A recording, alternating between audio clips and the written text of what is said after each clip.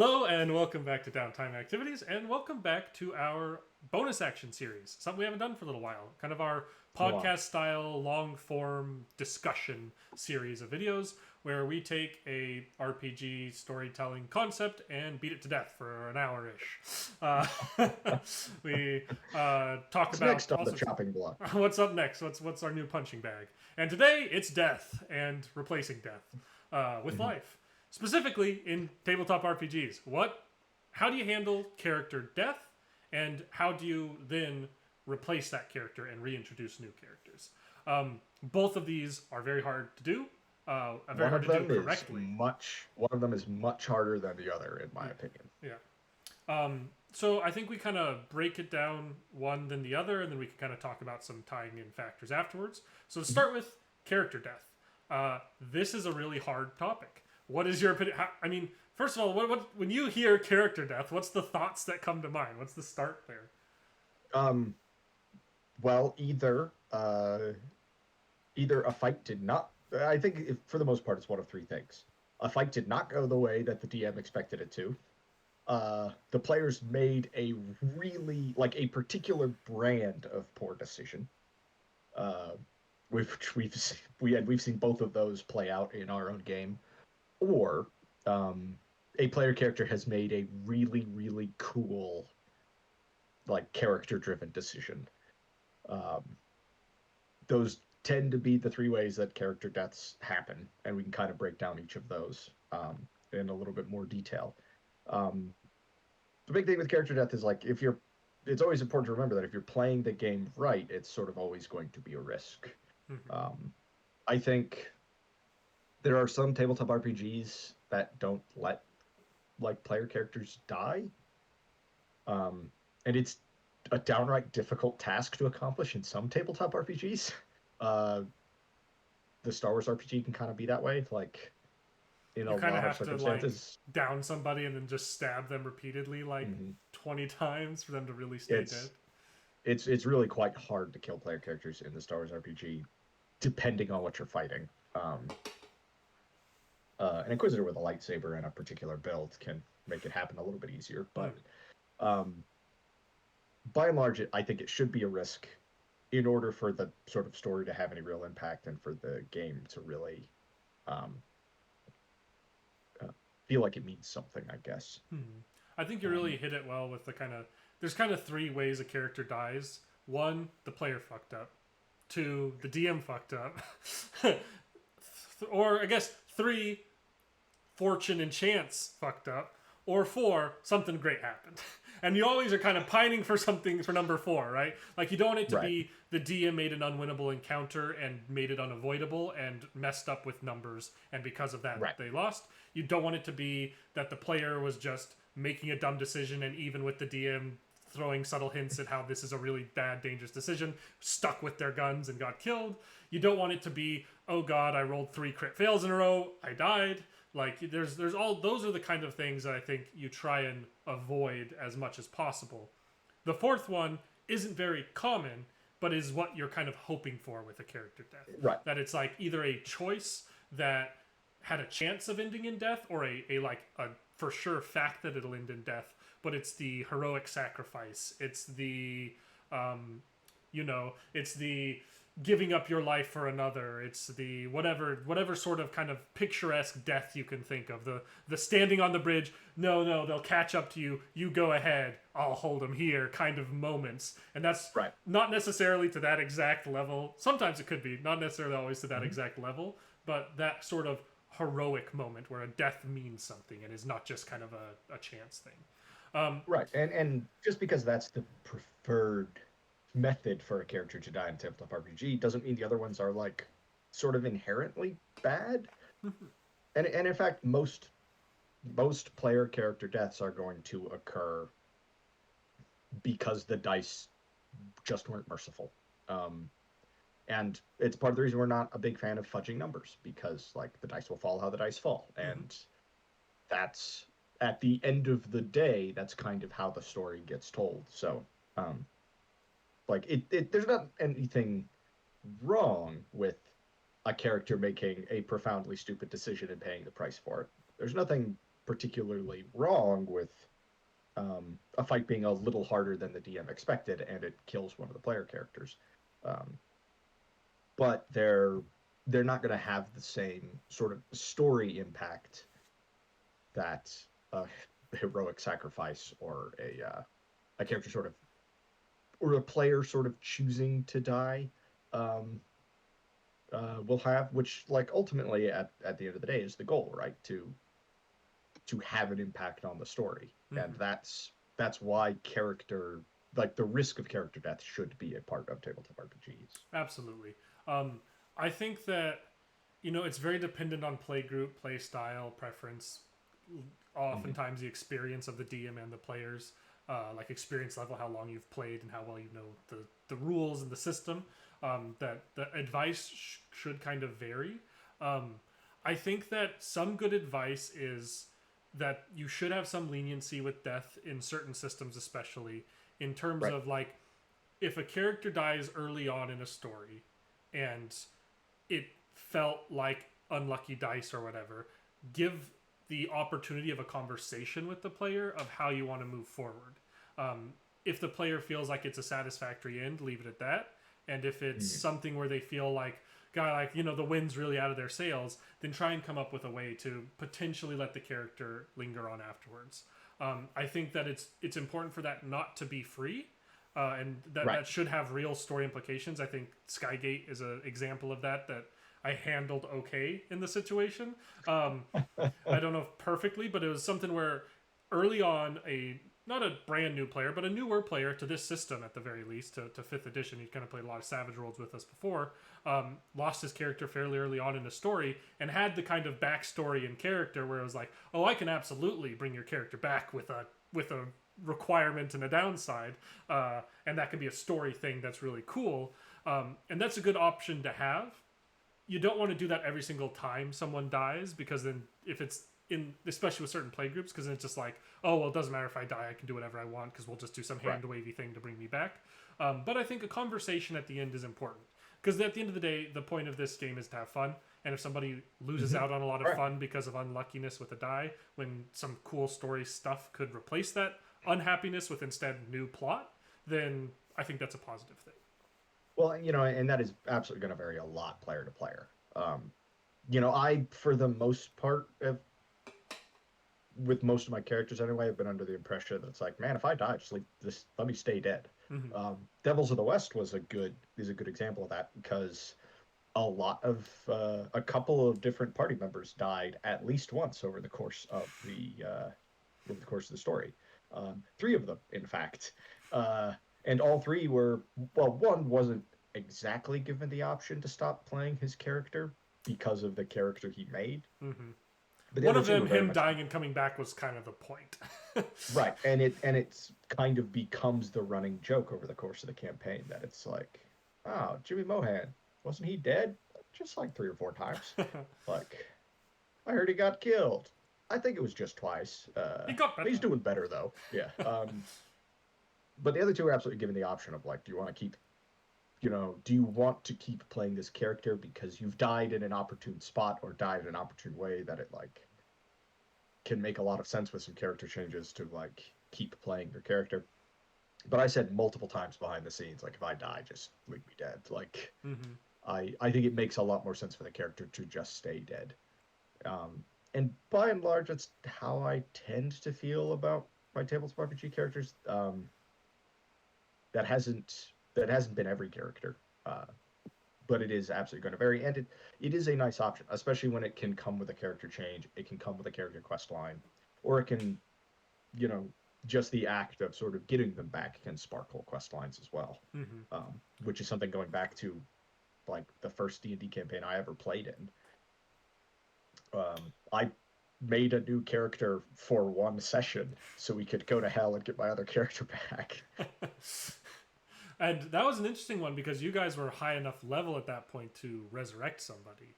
Mm-hmm. And that the whole point of that one was like you had the magic to bring somebody back, and when you tried, turns out their soul wasn't free game anymore, right? So that Right. I think that that's a good another decent example of my thought process on character death, which is characters can and should die sometimes in games. Not every game should there be any character death, but it should be a piece of the game. It should be a real thread of the game. But at the same time, anytime a character dies, whether they come back or not, it should matter and it should be story relevant. Right. And if they die and stay dead, especially, it should be especially story relevant.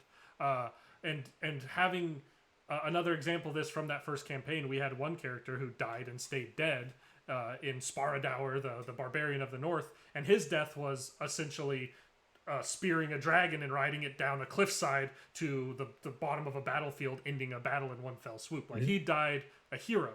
And I think that that's a lot more gratifying to the player. That's a lot more exciting. Right. When you have that, like, oh, I've lost my character, but he died a hero. He died doing something super, super epic. And so my new character, that one was a very natural transition, which is something we can talk about too, about when we talk about replacement characters. But there's this history now. Like, my character is legend now for what they did when they died. And that, again, doesn't have to be every death. Some deaths aren't super exciting, super heroic, but giving a moment, whether it's a last heroic action or even just like a last words thing to kind of put that period on the end of the sentence that is that character, or hopefully paragraph or story that is that character, gives a chance for a lot of closure, I think, for the person playing it. Right. So I think that's how you kind of branch that. Like, there's bad ways for a character to die, per se, like the ungratifying ways, but none of those are really relevant, so long as you can make any of those turn into something that are story relevant and meaningful. Even if it's just unlucky dice and the person even stays dead from them, if you give them that last moment in some way to make it relevant and matter and put some story oomph behind it, it feels a lot better. Well, and that's the Northlands campaign, as we've kind of referred to it, our campaign inspired by you and I binge watching the Vikings back before the show got weird and bad. Was a campaign that was not a meat grinder per se, but had a lot of character death. And quite a few deaths that went both ways. Some that came back and some that stayed dead. And in both cases, it felt meaningful. One, because of like what it did to that character when they came back and the way that sort of continued to haunt us over the course of that game. And, on the other side of things, like how it affected other characters. Like when Brandon's character died near the end of the game, like that was, a character very much like glimpsing things beyond his knowledge and like, having visions of a coming apocalypse and like trying to figure out what it all meant. And like my character in particular sort of getting dragged into that. And when he died, it's this like, okay, I need to continue on this crazy old man's work because, he saw something terrible coming and like somebody's going to have to stop it. It might as well be me. So it's like, and his death was very much one of those. It was not necessarily a throwaway combat, but it wasn't a huge set piece battle. And the dice just fell poorly. But his death feels impactful and feels meaningful, partially just because the effect it has on the rest of the party and on other characters. And that's an easy way to sort of recruit players to help with making a death matter a little bit, is making sure that like the rest of the party is on board with sort of making it matter. I think that's honestly one of the biggest pieces of advice to take away from this if you are a player primarily, or if you play at all, if you're not the forever DM. Like, this isn't necessarily a charge the DM puts on you. This needs to be you taking it upon yourself. You have your friend across the table from you. Their characters just died. Say, for instance, you're playing the paladin, the character across from you is playing the fighter, and they die this heroic death. You pick up their sword and vow to carry on the quest of them trying to save their kingdom in their name, and you carry that sword as your sword from that point forward. An action like that takes that person who's like, oh god, I lost my character, and is like, I mattered. My character mattered. I had an impact on Mhm. the world, and that impact carries on with the impact I made on these other people. I think that it's huge to take it on yourself as a player to do something to commemorate that character, to do something to make that player feel like their character died a hero, died someone that mattered, and to carry on their legacy, even if it's just in some small way. Some token that you take off of them and wear on yourself, some mindset that you apply to your later decisions, whatever it is. Right. Quest lines that they left unfinished that you tie off the end of. It's something that it's on the DM a lot of the time to make that story relevant, to make story relevancy to somebody's death. But as a player, you can absolutely just apply relevancy to their death Right. in your actions following up the actual death of the character. Um, and I think that you And should take that on that's yourself to do so. absolutely, and you know, and there's kind of a mirrored piece of advice there for game masters to recognize when a player character is putting in that effort and reward it. Like, you know, don't like, not just like, you know what, you'll get extra gold this encounter. You get an Uh-huh. extra magic item, but you know, reward that player for sort of putting in that RP effort and putting in that effort to sort of honor this fallen comrade with quest lines, with sort of world events, with um, you know, more impactful story moments, because like ultimately that is going to make the whole thing far more meaningful for everybody involved, for the Mhm. rest of the party, for the player who's sort of taking that upon themselves, and for the player who lost a character. uh, it's going to matter a lot more seeing that, like, oh, like a whole kind of quest line has come out of this, um, you know, of this like paladin comrade of my character taking up his quest line and um, you know, taking up his standard or whatever. That's going to matter a lot to everybody. And especially in a situation like that, where my mind immediately goes, and DM brain taking over here, there's lots of ways you can reward players. Like in some systems like 5e, there's a thing called inspiration, and you can give that out as Mm-hmm. people roleplay well. And that's a great option. But regardless of system or whether that system is in place in the system you play or not, you can give mechanical benefits to something like that too. In the terms of, like, for instance, with that sword, make it be that like some piece of the fighter's soul attaches itself to the sword, and until that quest is done, it has some sort of extra magical effect. And that's like the oath you've made with the soul of your fallen comrade is going to see that Mm-hmm. quest through to the end, and then you have this temporary magic item or something along those lines. Like that, you can do so many cool things with that. And it's something that feels rewarding to the person who's taking it on themselves to help ease the pain of this person's character death Mm-hmm. by making it matter, and then carries on and makes, again, you're adding story relevancy to the just generic relevancy that they've applied to this. Right. And you've also given them a mechanical benefit for supporting their friend and making a cool in character decision. And you're absolutely right that it doesn't have to be a permanent um, ability increase or magic item buff. Mm-hmm. It can absolutely be temporary. It can absolutely just last until a certain quest is completed or until a certain enemy is defeated. And that still makes it feel like it mattered, makes it feel like it was important, especially if it is an interesting ability. Yeah. Um, you know, and then eventually sort of losing that ability, the sword, you know, losing its magic at the end of that quest line feels like a nice little bow on sort of The soul on the being whole at thing. rest now that that quest line is Yes, done, right? And then it you can go it to it the party's tavern and hang that thing up from the rafters in memory of it, them at it that point. feels like it's all been brought kind of full circle, and that it's been like, you know, the death itself may not have been satisfying, but that the completion of that quest line and that sort of temporary magic item losing its magic um, will make it sort of retroactively satisfying. It just sort of smooths over the whole thing. Mm-hmm.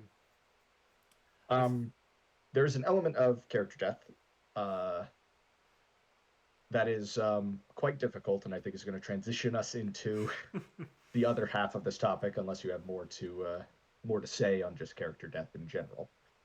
Um, which is the fact that sometimes it just really sucks when it's, especially when no matter how satisfying the death is, no matter um, when it comes in the campaign, especially if it comes late in a campaign. You've spent a lot of time with the character. That character's heavily invested in the world. Um, they've been interacting with the party the whole time. They've been dealing with their personal backstory quest lines the whole time. Maybe they left something undone, maybe not. it still just feels it could just feel really bad to lose that character, to lose a character that's got that much invested and feels that kind of tied into the world, especially if it is the character you've been playing since the first session, which is why it's so hard to then bring in a new character. Mm-hmm. Um, I would like to touch on that really quickly. One thing that maybe we should have said at the beginning of this video is if you are the DM or the player playing a character that is not the one who died, remember that at the end of the day, this is just a game. We play it for fun. But, very big capital letter but here, we invest ourselves in these worlds. We get lost right. inside of these worlds. We connect ourselves to our characters. It's the better the campaign and the better the group, the more so this is true. And the loss of a character is a real loss to a lot of people. It is something that is emotional and hurtful and is something they mourn. They mourn much like they would mourn a real loss in the real world. Maybe not to the same degree, but similarly in the emotions involved with it. And so be sensitive to that and be supportive of that in those moments. Because, like I said, Right. sometimes no matter how heroic, how epic, how much story relevance, how much follow through afterwards the death happens, if you lose a character that you were super invested in and loved playing and loved the story you're telling with, doesn't really matter. At the end of the day, that hurts, that sucks, and that feels like a loss. And so that's why all this other stuff and making it relevant is so important because it helps ease Right. that pain. But also, outside of the way you can do this in gameplay, person to person with your friends that you're playing games with, also just be supportive of your friends and be like, supportive of their loss of their character, and then be sure that you're helping them through their imaginary mourning process. It's imaginary mourning because what you're mourning isn't a real person, but it's not an imaginary emotion and feeling attached to it. So be sensitive to that with the people you play these games with. Well, and just the amount of time it takes to stat out a character and the amount of time you spend playing. Mm-hmm. It's you know, it's not like it's not like getting into, 100 hours into a big video game RPG, dying and having to reload a save. It's getting 100 hours into a big video game RPG, dying and it deletes your save. Yes.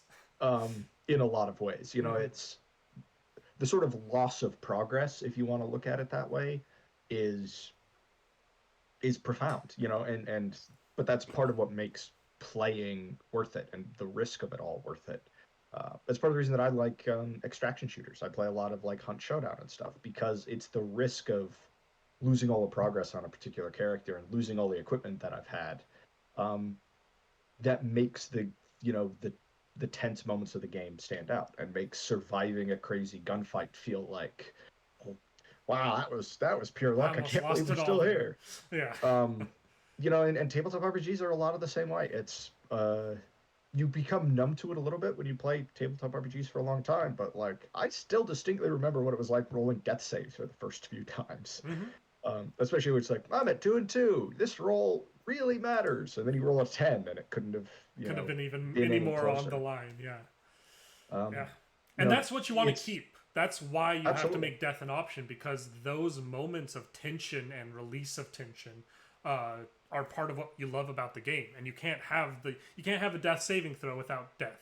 You can't have the feelings behind it without right. that death being a real, sincere possibility, which is why it's Well, and such an important piece. it's the same reason just not to fudge numbers in general, right? Mm-hmm. Because failure needs to be an option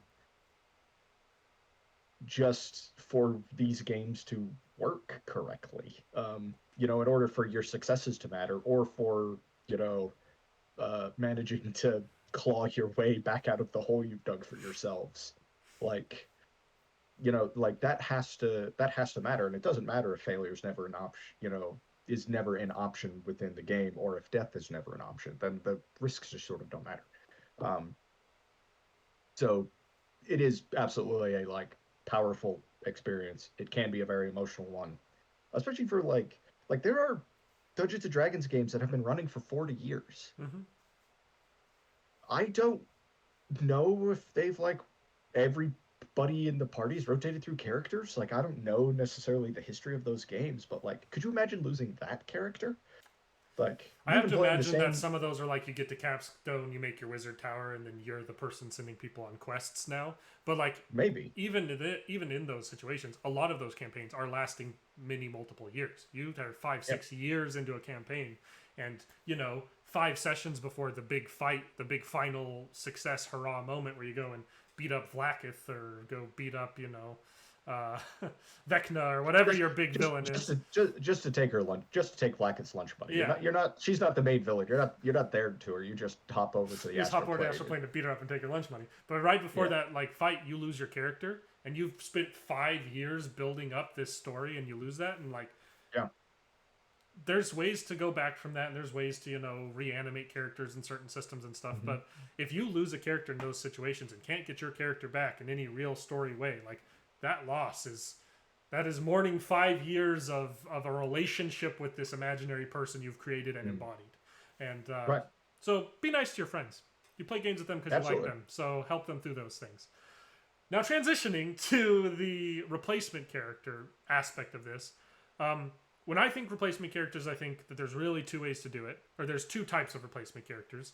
There is taking up the role of a character that's already existed in the story, or there's Right. introducing a new character into the story entirely. Um, both of which work well, both of which can work well, both of which can work poorly depending on how it's done. What do you see with character placement? That's where my mind immediately goes, is those two major archetypes. I think you're right. Those tend to be the two. It can be weird to take over an existing character, um, especially if it's not sort of like one of your existing characters. Whether it's an NPC you dragged into the world through your backstory or whatever. Um, it's usually not something that I prefer to do. I'm totally fine with players in my campaigns doing it. Um, but I'm not necessarily a fan of doing it myself because like I want to make my character. I want to make a character that feels like mine. And that's a conversation you and I have had about video game RPGs quite a bit recently. Is certain video game RPGs not doing enough to like make a character feel like my character and feel like I've made a unique individual, Mm-hmm. like with a unique backstory. Um, and that's part of the reason that I prefer to just like make my own character and sort of deal with the awkward section of introducing them, which is what a lot of this conversation is going to be about here in a moment. Mm-hmm. Um, by and large, it's smoother to introduce an existing character. Um, I prefer to make my own, but you're absolutely. I do agree. Those, if you're playing a new character, you're not resurrecting your old character. Those tend to be um, the two broad categories. Mm-hmm. Though there's a lot of subcategories within those. I And think. there are a lot of nuance there, definitely. Um, as far as introducing or not introducing a new character, but embodying an existing character, whether it's a character that's only existed as a story or a far off person Mm-hmm. sending letters or whatever it is, taking up the guise, the form of somebody who the party has already heard of or met. Um, I think it's easier to make that feel natural in inclusion, but it requires a story and a character who makes sense, and it doesn't work all the time. And it doesn't work with just every NPC for sure. Exactly, and sometimes it also requires the player to want to play a character that can embody whatever that sort of thing is. I think it also works Mm-hmm. better if it's not a DM's NPC, but some sort of backstory element from the other character. The good example of this from that barbarian from our first campaign we ran, the player who lost their barbarian as he smote a dragon onto the battlefield, uh, he played his character's wife, who was a shield Mm-hmm. maiden, and took up arms with the party to see her husband's quest through. And that was super cool, super gratifying, kind of a revenge plot against this empire, taking up the blade for her fallen husband. And there was a whole quest line before that to save this character Right. from a situation. And so this person was established. The party knew who they were. They had a really good reason to be there, and it made it really natural and easy for this person to just kind of be like, "Oh yeah, of course they're in the party now. Come on, Mm-hmm. let's go beat up some dragons." Like that was a very natural transition. Oh, There's if I'd other ones stayed that are dead, less maybe so. if I'd stayed dead, maybe I should have played my awakened raven who only ever said one word. the whole You could have campaign. made your Raven more say more words. But then Best Matty thousand, G's best character thousand probably gold I ever spent. Matty G's character probably would have strangled you.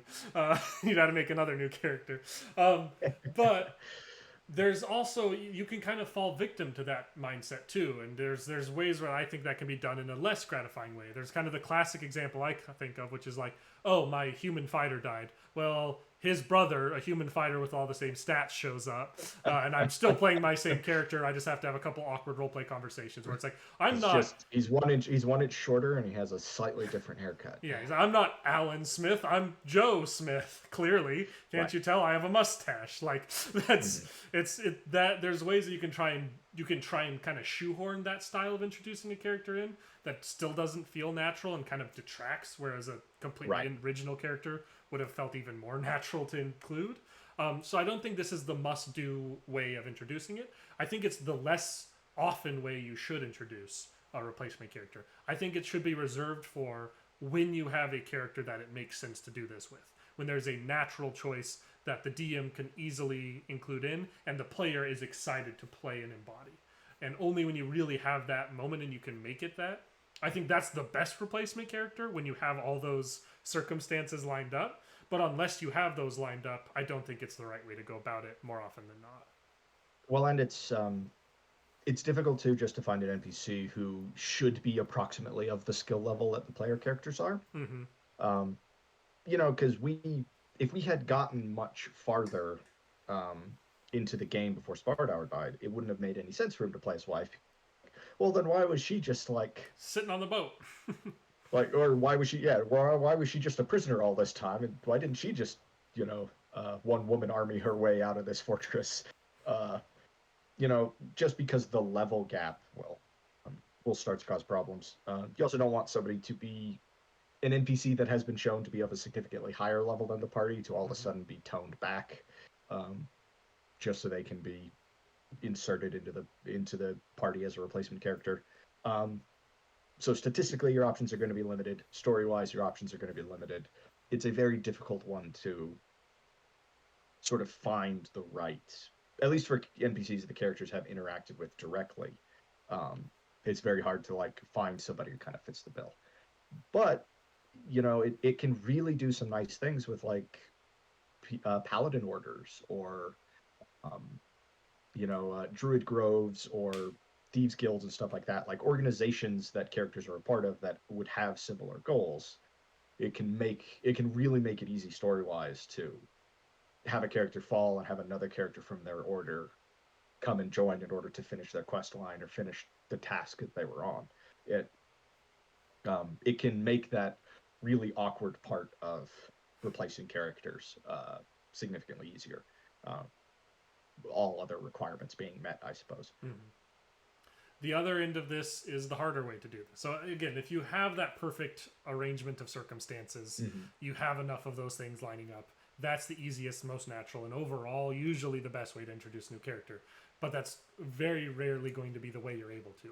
More often than not, the new character is going to be an entirely statistically story new person that is somehow what we've been on our holy quest to go beat up Vlaakith and take her lunch money for 10 levels. Why is this person all of a sudden with us? How do you make that transition happen when all of a sudden, the Knoll Witch Doctor shows up and is like, yes, I'd like to join your crew and go save the day. And you're like, but why? We were doing very little saving of the day until when we I were played that Knoll Witch Doctor. until you guys until we got into arrested and were forced to do it for community service. Yes, my point exactly. How do we then? What is your opinion on how to do this other way of introducing a character? I mean, you have kind of as many options as you can think of. But it's like this is what the vast majority of replacement characters are going to be, and this is why replacement characters can be such a miserable thing for everybody involved, because it's very, very hard to organically introduce a character and have them feel like a part of the story for the rest of the campaign. If 2 of your 3 party members die in the first session, this isn't going to be a problem because the new replacement characters are going to be the characters of this story. And sometimes they make much cooler and much more interesting and like world centered characters than they were playing before. Point in case, Hmm. um, uh, probably your favorite character that you've played, Hmm. and one Absolutely. of my favorite characters that you've played, without a doubt. Um, Even though he was an asshole. he was. Uh, like the earlier it happens in a campaign, just in general, the easier it'll be. The later it happens in a campaign, the harder it gets. Something that I've started doing, and I haven't really had a good opportunity to test, uh, but something I've started doing is as we're playing a campaign and becoming familiar with the world, I come up with one or two replacement character ideas, um, just to sort of have on the back burner, just in case my character dies. That way, I can introduce a character who has some connection to the world, has some sort of backstory built in a little bit. Not that we need to like hint at those characters at all. If I if Candle dies in the Underdark campaign when we get that going again, I'm you know we don't have to have been hearing rumors about one of my two replacement characters the whole campaign since then. You don't need to like the DM doesn't need to seed that stuff into the world. But like I just now know about a couple of factions active in the world that I didn't know about when the game started. So now I can build character concepts attached to those factions or attached to some of those locations. So that way when or if they're introduced, they're automatically kind of a part of the world a little bit better. Um, which is something that helps introduce them because it gives them a reason to be there a lot of times, and it helps to smooth over that really awkward phase of like kind of getting the party invested in each other again and getting another character sort of invested in the story, which is really the hardest part of it. And that's another good piece of advice, similar to the previous sort of big chunk we took, which is take some of this on your own shoulders as a player. Um, when a player dies, when a character dies, and you have to replace the character, it's oftentimes like, okay, here's my new character. I came up with this neat character just now because I had to make a new one. This is just a class I haven't played in a while. This is a Right. subclass I've never used before. This is a race I've never done. So it's this weird whack, all of a sudden you got this weirdo character that doesn't fit the world at all that you've come up with. And you're like, all right, DM, figure it out. Why am I here now? Make it natural. And if it's not natural, that's your fault. As a I'm an player, Aarakocra, but because of the class and subclass that I've chosen, I have a dig speed. So so I'm going to I, basically be like peregrine falconing straight out of the sky, but then yeah, hitting the I'm, ground and burrowing underneath enemies I'm playing a mining engineer. in your My Conan-esque barbarian fantasy. Um, exactly, yeah. so as a player, it's a great if you have. It doesn't have to be like super detailed specific, but like a couple ideas of like, oh, this would be an interesting backup character. Like having an Mhm. idea, it also lets you kind of flex your character creation muscles in the background, which is something that most D&D players love to do, is think about characters they want to play. So it gives you, It's all we do, it's really. all we really do is do that, and then we play them every now and then. You get to like have these ideas, and especially doing it naturally throughout play, you're like, oh, here's a faction we've been interacting with a bunch. Like your example, Yeah. like stuff you didn't know exists in the world, now you know. So think about, well, if my character died, it'd be cool to play one of them. And then when the time comes and you're making a replacement character, make a character you're excited to play, make a character that's interesting and fun to you, but make them fit into the world. Make them have tie-ins to story relevant stuff that the party's doing. Give your DM the favor of my character will be easier to introduce because I've made a character that makes sense to get introduced. This doesn't mean you have to perfectly tailor a character that isn't fun to you but fits really well into the party and fits really well into the story, but make a character that's really fun to you that is as tailored and as fitting to the story as it can be while Mhm. still staying true to your concept. That really is something that anything you can do to take some of that pressure off the DM having to introduce you is a really helpful and worthwhile thing to do. I think the other And big don't be afraid as the DM to, on the other side of that same coin, have a talk with the player who's just died about like let's try and make a character that fits into the world, that has a reason to be here, um, that feels already sort of attached to the things going on, and not just playing a like really oddball left field character. At the same time, like play the character you want to play, absolutely. Mm-hmm. But like both the DM and the player should be kind of working together a little bit to make sure that that character's kind of into the world a bit already. It'll also, the more you do that, it will help you suffer a lot less from that. I had to show up with a new character for the last 5 or 6 sessions. Because if it's a brand new, weirdo, oddball, out of left field character that has no tie into the story, it'll take more than 5 sessions for your character to feel tied into the story. But if you have background and backstory that ties you in, then you already come in being invested. You already come in being a part of the story. You already come in with Will freezing and looking at you really weird for a second. Oh, he's back. Okay. There was a weird break. You did that to me. You did that to me earlier, so I don't want to. I don't want to. Yeah, but I don't see me doing that, so it's your fault. Well, I don't see me doing whatever it was that you were just complaining about. So. It looked like you froze and were like, "Yes, I'm thinking very deeply about what you're saying." It's very impactful. So yeah, the more tied in you can make the character, the better experience everyone will have. All of this being said, no matter what, it's going to be awkward. There's going to be some awkward growing pains of the new character getting introduced in. There's going to have to be some level of suspension of disbelief and just acceptance from the group as a whole to make that person able to join and have it work. Yeah.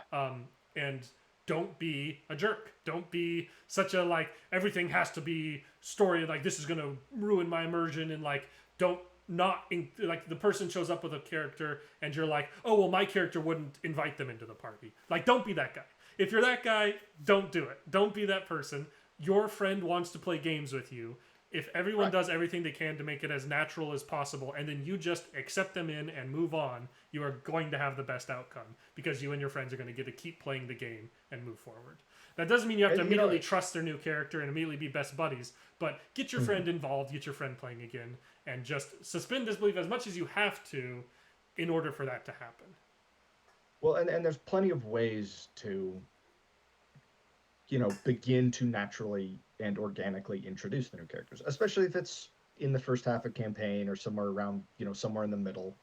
As long as it's not like, and it can work even, coming right up to the last 2 sessions, but it works better sort of earlier on.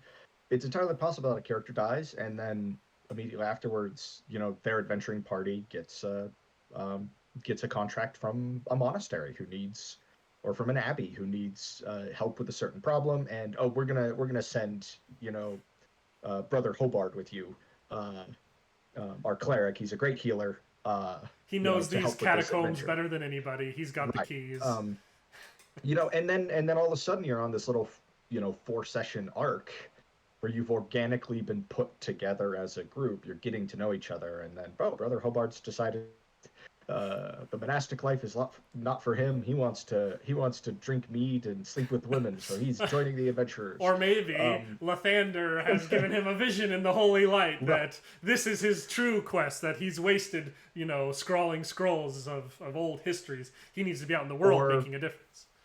Or by the time you get back, something's happened to the monastery, and now he's on this quest for revenge and is joining up with these adventurers, in order to seek revenge against the raiders who destroyed his monastery and, killed all the other priests there. Like it's a way to use a little, you didn't have that quest line built into the game when you were doing any of your prep work. You didn't have that quest line built last week, but you can use it to force the characters together organically for a little while, and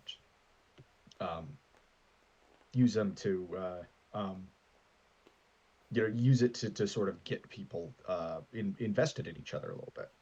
Or if the characters are starting to become well known, like other adventurers might be seeking them out to try and join their guild, which could lead to a really fun little side arc where there's like 4 or 5 different yeah, exactly. There's like tryouts, so there's like 4 or 5 different people. Well, now the next time I have a character dice, dies, I want to do that exact thing, and I want to make like 8 characters, and then have this like tourney with my 8 characters, and whichever one of my characters wins is the one I end up playing. That'd be an amazing idea. That'd be then you get to just make your wide swath of characters and let the cream rise.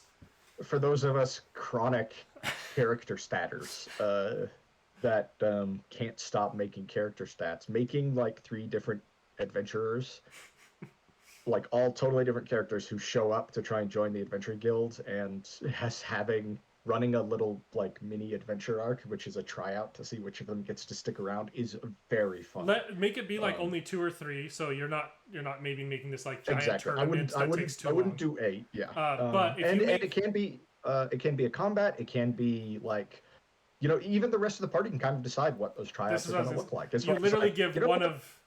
one of Let's each run them of the through a party dungeon and see members. how they do. Yeah, one of each of the party members comes up with a challenge of their choice that all 3 have to do. So it's like, the other 3, it's like the rogues, like, okay, they have to sneak into this place and get me this item without getting caught. And the wizard's like, they have to find this piece of lore in this library, whatever resources are available to them. And then the barbarian's The like, dwarf they just- gotta wrestle me. I was just saying, the dwarf just yells "drink" and starts slamming Yes. tankards down on the And counter. then you get to kind of have this natural sort of, that'd be amazing. That's another good. And I think this is a really good transition point of like, I think we could just kind of throw out a couple other ideas here. These aren't the only ways to do it, but what are some other ideas you've come up with that are like, just throw out ideas you can think of off the top of your head how to introduce a new character? One that I think could work reasonably well, as long as it gets sorted out quickly enough, is kind of a case of mistaken identity. A character seeking revenge thinks it's one of the party members. It shows up challenging one of the party members to a duel and has to get sort of talked down about, like, we were never in that town, we don't know what you're talking about, you're looking for somebody else. And then it kind of becomes this like, well, apparently there's some bastard out there who looks kind of like me, Giving me a close bad enough that we name. could be mistaken for each other, so let's go get him. And then, it's like, we're helping you out, buddy. Like, any quest line you can do, any encounter you can do that immediately gets the players sort of both, or the characters, both old and new, on the same side and invested in the same goal, immediately begins to build that rapport and set the characters up and the party up for success. Yeah, the swashbuckler shows up and is like, I challenge you. You killed my entire village. And the guy's like, what are you talking about? He's like, a group of people bearing your holy symbol burned my village to the ground. And he's like, a group of what did what now? Come with me. We're clearing this up. Or it's a group of bandits using the name and logo of your adventuring company that have just started ripping people off and causing a bunch of trouble. And it's like, and the party's all scumbags too. But they're like, nobody ruins our good name. We do that. It's an easy way to get them all to like immediately sort of ally with each other, which is what you're looking for. That's the hardest part of starting a D&D campaign or any tabletop RPG, is like, how do you get 6 weirdos to become friends, to become invested in each other? How do you do that in a world where you can't make those 6 weirdos play D&D together to become invested in each other and friends? Judging by our own friend group. I wasn't necessarily like, it's like I kind of knew the names of most of the people who were there, which was very plain. In a world where you can't just go play D&D together, how do you make 6 weirdos friends? It's very easy to have new players show up as sort of quest givers. They have a particular problem, they have a particular thing they need solved as part of their own backstory, as part of their own goals. And well, here's an adventuring company up for hire, or here's a group of weirdos that I've heard from people, are kind of adventurers. Mm-hmm. Reputations are a great thing to rely on for kind of getting people at least a little bit linked up.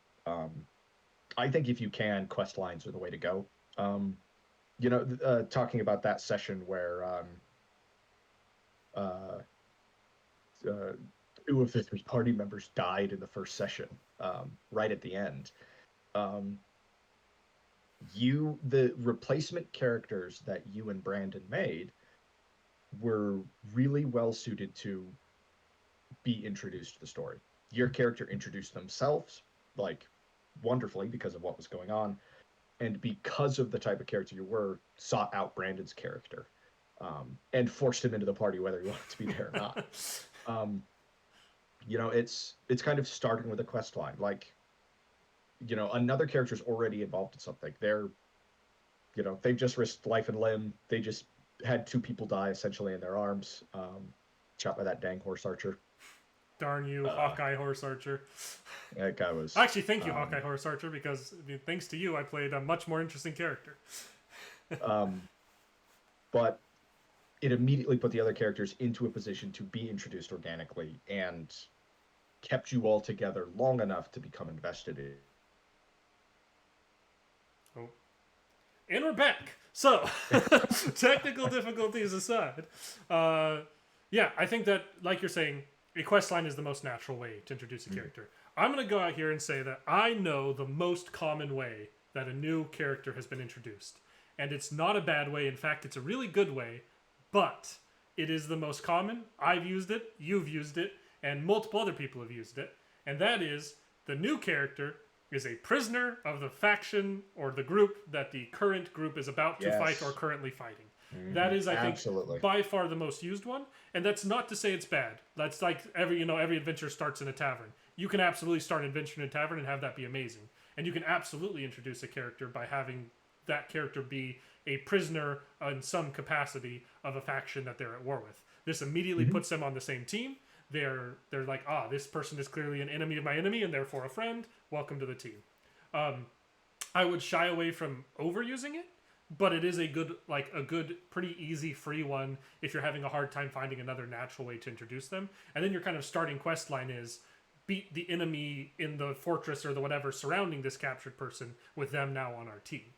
And there's a mini quest line inside of that of trying to get a character's gear back, especially if you're high enough level for them to start with some kind of unique equipment. It's like, well, the Bandit Chief's carrying that now, so we got to go beat him up. Yeah.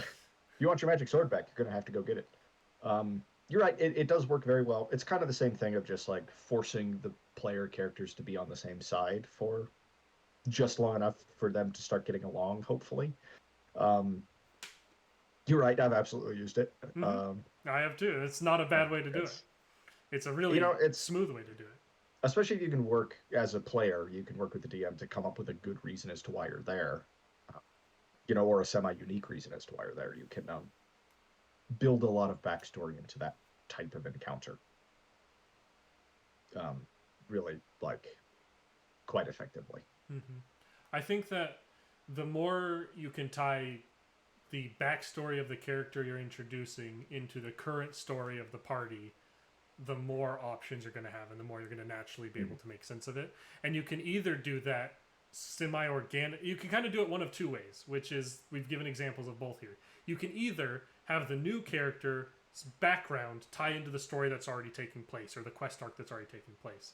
Or you can have the next quest arc tie into the backstory of the character you're about to introduce. And we've kind of given examples of both of those. Like, whether it's if your party is currently, unraveling hidden cultists in some sort of holy order, then your new character could be this cleric of the holy order who's trying to help them do that.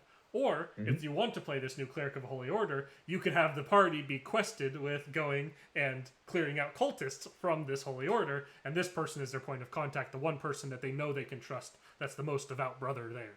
And then, either way, it's like the same introduction method can work either direction. It's just kind of dependent on the character that's going to be introduced, whether you have to introduce that quest arc or that's already the quest arc they're on and you get to just naturally plop them right into the middle of it. Right. Do you have any other ideas that immediately come to your mind of interesting or unique ways or just easy, effective ways of introducing characters? I do think the relative idea, even if it's a previously unmentioned relative, isn't a terrible one. It's another one that you have to be careful with, and you have to it's going to work best if you use it in combination with something else, but it can be decent impetus for a character to show up.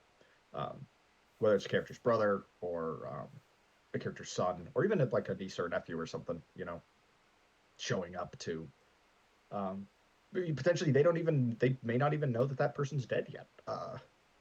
They're showing up looking for them for some other reason. And it's another one of those ideas of sort of introducing a quest line.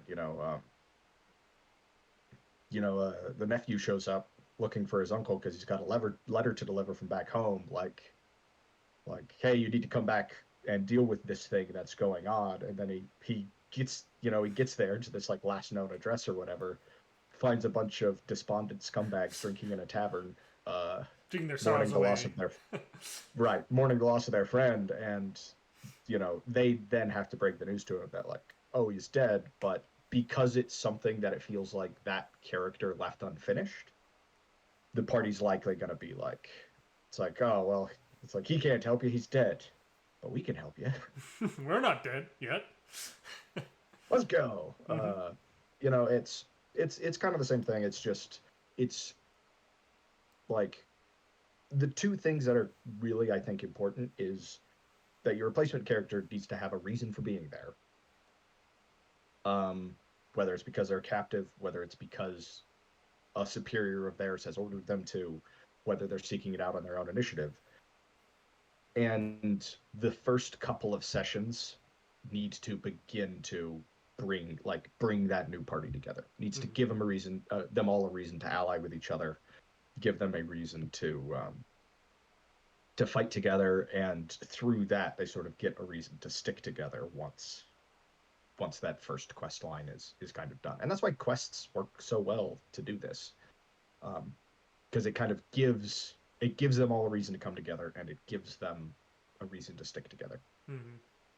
And I think that there's lots of different ways to do it. It's all at the end of the day, it's always going to depend on the character you're introducing, the backstory you've made for them, and the world that it exists in. But the kind of key points here are, as a DM, make a quest line or make a thing that organically incorporates the character. As a player, take your character concept and make it as organically able to be inserted as possible. And then, as the DM from that point forward, whether it's the current or the next quest they go on, incorporate that new character into the quest so that they kind of have this new bond forged in the completion of a quest together, in the completion of an action together. Because it's always going to be awkward. There's always going to be some stumbling at the beginning with this new person introduced and kind of having to take the gap in the panoramic picture that other character used to take. But you can make it feel a lot better by them being bonded as a team. And the easiest way to do that is completing a task together. And that can look like a million different sorts of quests. Whoa. That was quite the stutter there that just happened. I thought for sure Discord had frozen again. We're okay. We're still all right. It was fine on my end. It's kind of random when it happens, I think. But yeah, do you have any other closing advice, you think, for character death, character replacement? Character death is not necessarily. Just character death is not something to be shied away from, because the risk of it is part of what makes these stories so great, and it by itself can make these stories great.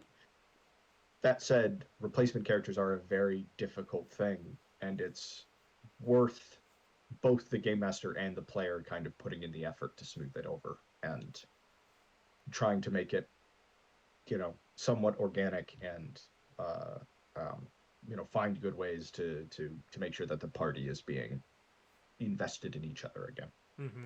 Don't shy away from character death. Don't remove it as an option, as a thing that can happen in your game. But when it happens, make it as impactful as you can, both as the DM and as the player characters, to make that character's memory mean something. And with the replacement character, make it as natural as you can, both from a DM and player's perspective, using whatever tools are available to you, whether it's an NPC turning into a player or a brand new player being introduced. Make it as natural as you can in those circumstances, and tie it around some sort of quest line that brings the group together and incorporates this member into the party and makes them want to fight with each other moving forward. I think that's kind of the broad idea of each of these two things that we've discussed here. Yep. Hope you found this useful. If you did, check out the rest of our stuff. We do all sorts of stuff on Downtime Activities. We have this kind of podcast style. We've got some older videos in our Help Action series that are more like rule breakdowns, kind of more concise. And then we also have a series of discussion videos that are somewhere in between those two, that are not long enough for this, not focused enough for that. That doesn't have a name yet, but we'll maybe one day. We'll see. But we do lots of this kind of discussion style stuff. We also play D&D and other RPGs and play some video games, post stuff of that. So if you like any of this nerdy stuff, go check out more of that there. Any other ideas or things that you would want to hear discussed, please give us a comment about the kind of questions you have, something you'd like to hear a long-winded conversation about in relation to RPGs and in storytelling. And in the meantime, go forth, slay dragons, sling spells, roll dice, and enjoy your downtime activities.